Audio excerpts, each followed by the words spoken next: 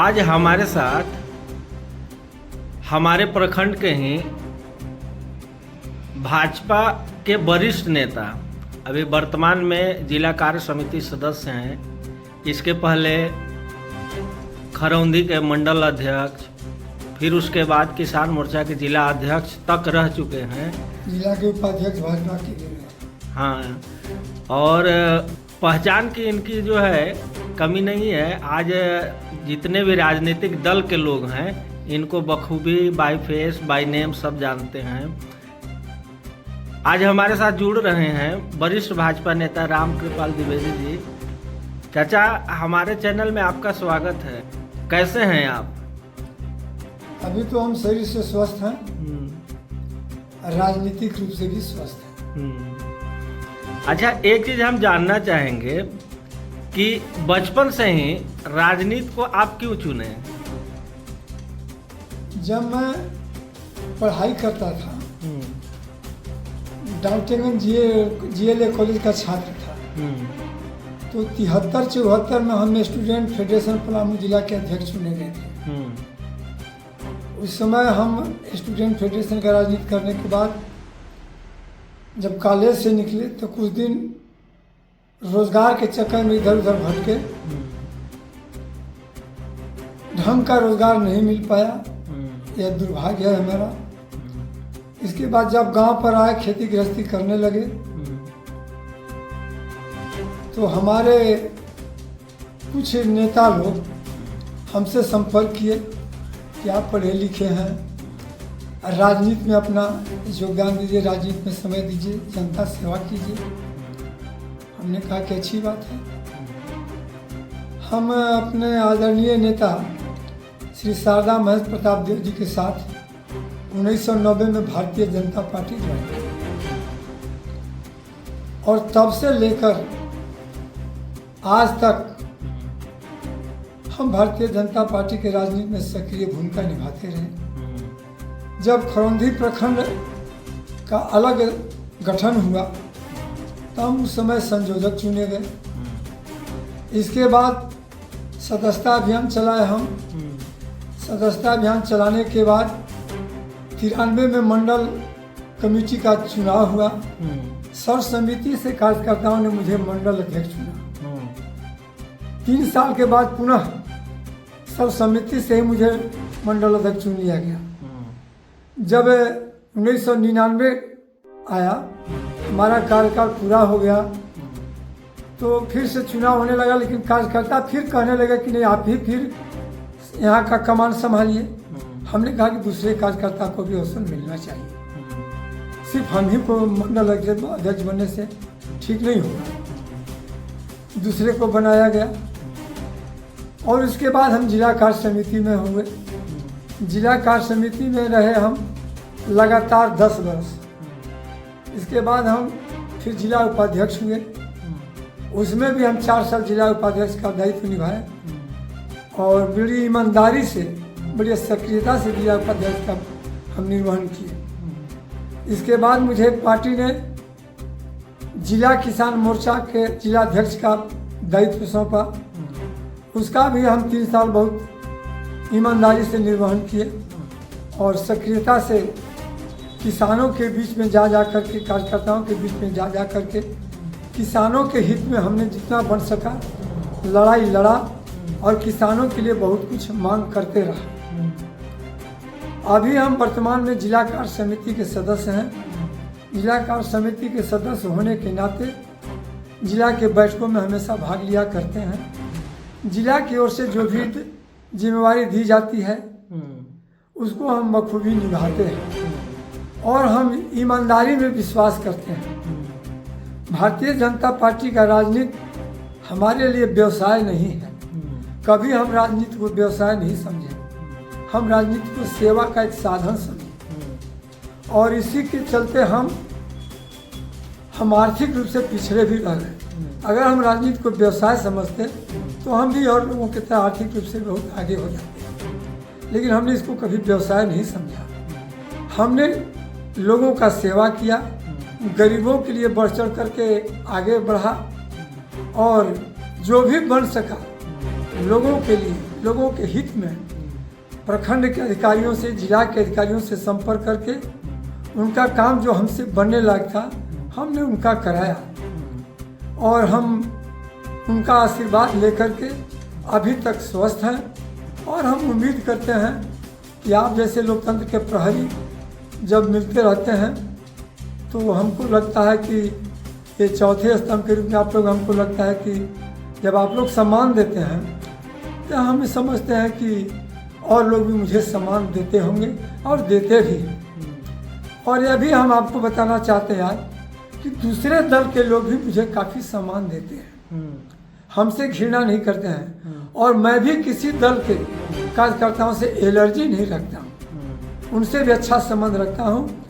ज़रूरत पड़ने पर किसी खास आमंत्रण पर मैं उनके यहाँ भी आया जाया करता हूँ। यह हमारी अपनी पुरानी आदत है या राजनीतिक सोच है।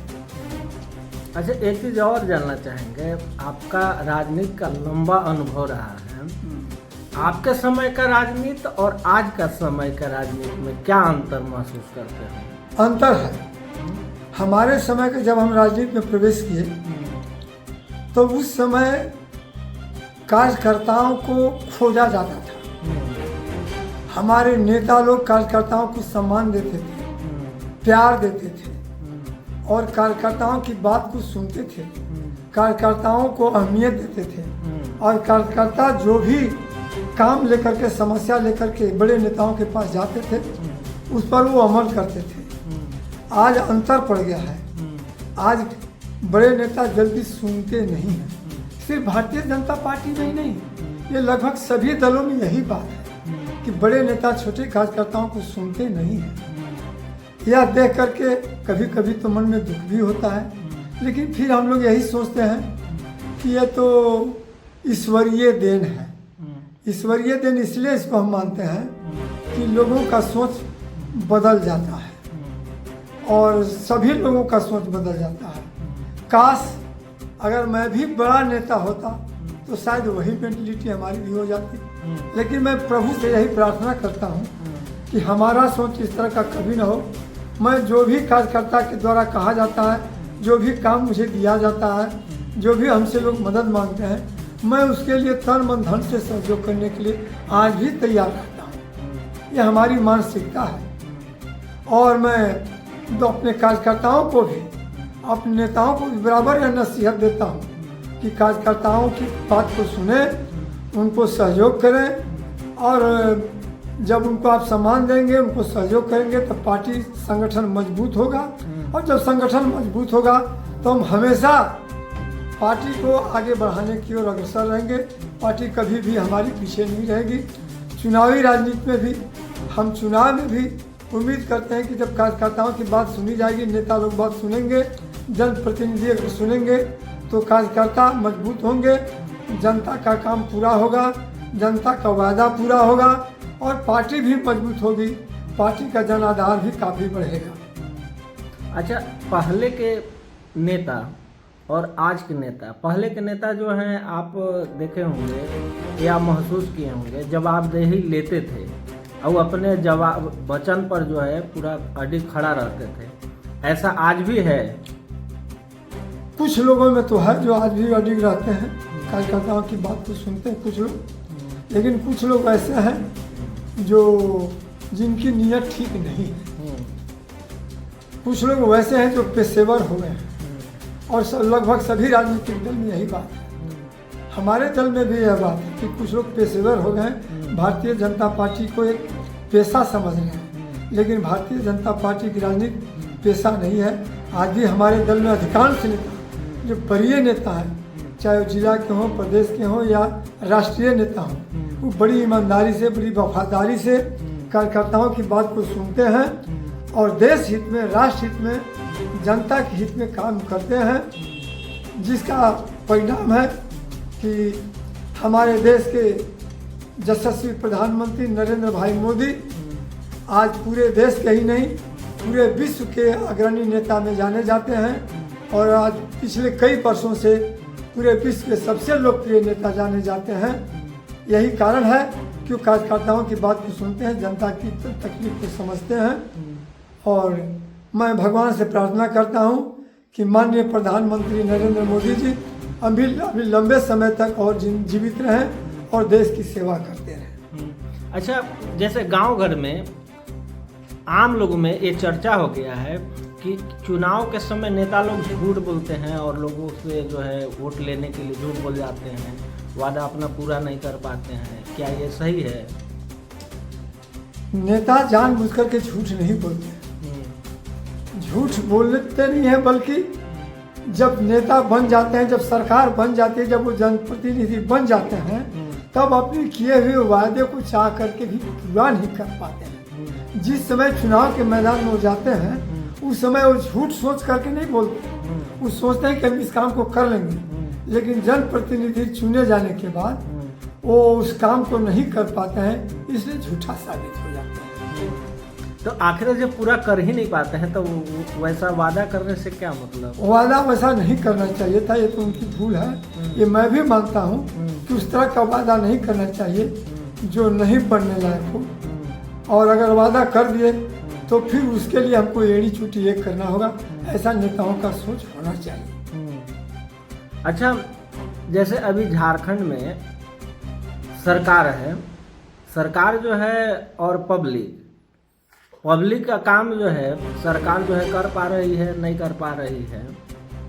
सरकार कई योजना ला रहा है, पब्लिक हित में हो रहा है या ऊपर ही रह जा रहा है, ऐसे ही धरातल पे नहीं उतर पा रहा है, जिसका लाभ आम लोगों को नहीं मिल पा रहा है। वर्तमान में झारखंड की जो सरकार है, यह सरकार जो भी काम आज के तारीख में कर रही है, वह सिर्फ वोट की राजनीति में कर रही है।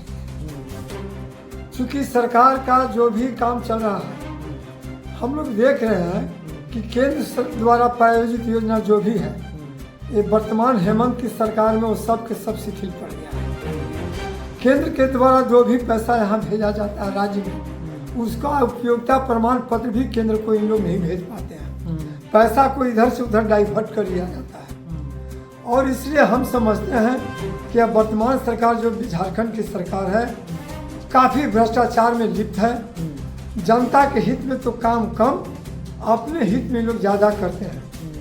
अगर सही माने में यहाँ के झामुमो सरकार के मंत्रियों का, विधायकों का अगर संपत्ति का जांच कराया जाए, तो मैं समझता हूँ कि दूध का दूध और पानी का पानी साबित हो जाएगा। ये हेमंत सरकार के जितने भी मंत्री हैं, आकंठ भ्रष्टाचार में डूबे हुए हैं, यह निर्विवाद सत्य है। और मैं तो समझता हूँ कि सारे राज्य के लोग जानते हैं, जो भी योजना चला रहे हैं, ये केंद्र के पैसा को ही इधर से उधर डाइवर्ट करके चला रहे हैं, इनका अपने पास कुछ नहीं है। सरकार की मान लीजिए गिनी चुनी योजना है, उसका लाभ लोगों को मिल रहा है कि नहीं मिल रहा है? मिल रहा है, कुछ तो मिल ही रहा है, ऐसा थोड़ा है कि नहीं मिल रहा है, कुछ तो लाभ मिल रहा है। जैसे अब इनका योजना चल रहा है अभी, मैया सम्मान निधि योजना, ये मिल ही रहा है। सारे लोगों को मिल रहा है? नहीं, सभी लोगों को नहीं मिल रहा है, कुछ खास महिलाओं को मिल रहा है। बहुत महिलाओं का नाम छट भी गया। पहले तो बहुत लोगों का नाम आया था, लेकिन अब बहुत लोगों का नाम काट भी दिया गया। कहा गया था कि सभी महिलाओं को मैया सम्मान निधि का लाभ मिलेगा, लेकिन नहीं मिल सका।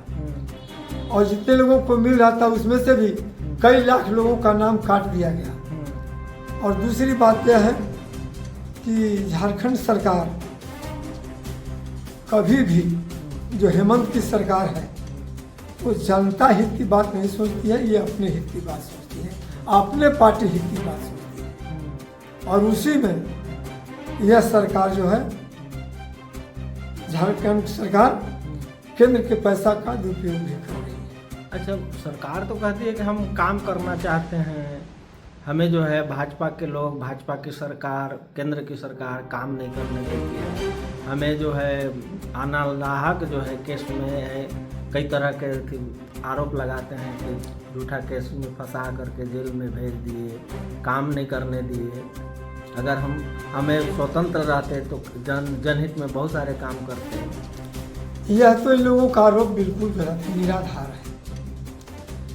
बिना चोरी किए, बिना भ्रष्टाचार में लिप्त रहे, किसी को नहीं फंसाया जा सकता है। चूंकि जो भी जांच एजेंसियां हैं, चाहे वो राज्य सरकार की जांच एजेंसी हो, चाहे वो केंद्र सरकार की जांच एजेंसी हो, पूरे विधि विधान से जांच करते हैं और पुख्ता प्रमाण इकट्ठा करके तभी इन लोगों पर कार्रवाई किया जाता है।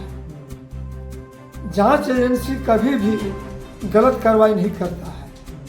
अगर गलत होता तो इन लोग पर जो जमानत में लंबे समय तक इन लोग को जो जेल में रहना पड़ता है, आखिर लंबे समय तक जेल में क्यों रहते हैं, कैद में क्यों रहते हैं?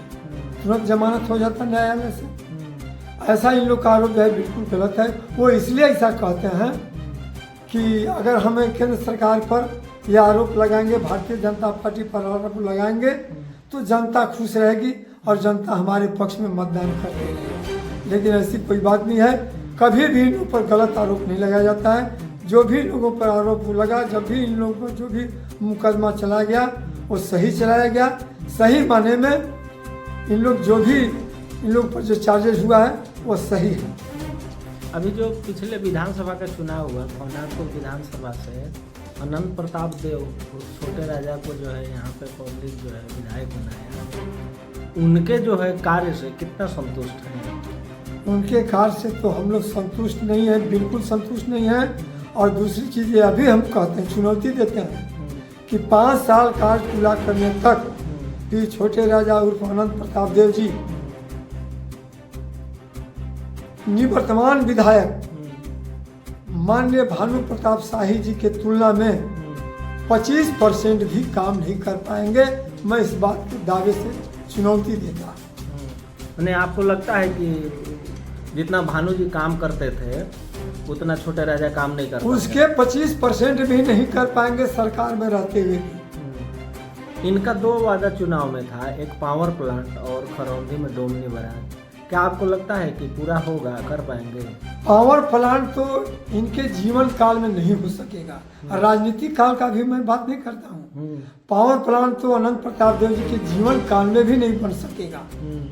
और जहाँ तक डोमनी बराज का सवाल है तो डोमनी बराज के लिए प्रयास तो हमारे अर्जुन मुंडा जी के सरकार में, जब अर्जुन मुंडा जी मुख्यमंत्री हुआ करते थे, प्रयास हुआ था और उन्हीं के समय में स्वीकृति भी मिली थी। अर्जुन मुंडा जी के समय में उसका आवंटन भी प्राप्त हो गया था। लेकिन बीच के अभी कालखंड में सुनने में आया कि साइबर अपराधियों के द्वारा पैसा लूट लिया गया। लेकिन हमको लगता है कि ये भ्रष्टाचारियों की मिलीभगत से, पदाधिकारियों की मिलीभगत से पैसा का गमन कर लिया गया और ये भी नहीं बन पाएगा। ये भी नहीं बन पाएगा। इनके जो 5 साल का कार्यकाल है इसमें डोमनी बराज भी नहीं बन पाएगा। एक चीज़ और हम जानना चाहेंगे, अभी जैसे घाटशिला में उपचुनाव है, भाजपा के भी हैं वहाँ चुनाव लड़ रहे हैं और झामुमो के भी चुनाव लड़ रहे हैं। भानु जी खुद यहाँ के जो है मोर्चा संभाले हुए हैं। क्या लगता है परिणाम जो है कैसा रहेगा वहाँ का रुझान? घाटशिला के उपचुनाव में हमको जो समाचार प्राप्त हो रहा है, हम प्रतिदिन वहाँ से संपर्क में रहते हैं अपने नेताओं के साथ। वर्तमान हेमंत की सरकार वहाँ के पदाधिकारियों को कार्यकर्ता के रूप में लगा कर रखी हुई है। ये नहीं हाउ झामुमो के प्रत्याशी को जिताना है। इसके बावजूद भी भारतीय जनता पार्टी के कार्यकर्ता और नेता कमर कस के लगे हुए हैं। मुझे पूरी विश्वास है कि वहाँ का प्रत्याशी, हमारा जो भारतीय जनता पार्टी के प्रत्याशी हैं बाबूलाल सोरेन जी अच्छे बहुमत से चुनाव जीतेंगे। मुझे पूर्ण विश्वास है जो वहाँ से मुझे समाचार प्राप्त हो रहा है। अच्छा, अंतिम में एक चीज़ और जानना चाहेंगे, जैसे बिहार में चुनाव हो रहा है, वहाँ क्या परिणाम रहेगा? बिहार में एनडीए की पूर्ण बहुमत की सरकार बनेगी, इसमें कोई दो राय नहीं है। और आज भी लोग नहीं चाहते हैं कि 1990 से लेकर के 2005 के बीच का जो सरकार रही है, उनका जो रवैया रहा है, उस तरह की सरकार का फिर से गठन हो बिहार में। बिहार की जनता नहीं चाहती है। बिहार की जनता सुशासन चाहती है। बिहार की जनता भाजपा नित्य गठबंधन की सरकार चाहती है। बिहार की जनता नीतीश कुमार को पुनः मुख्यमंत्री के रूप में देखना चाहती है।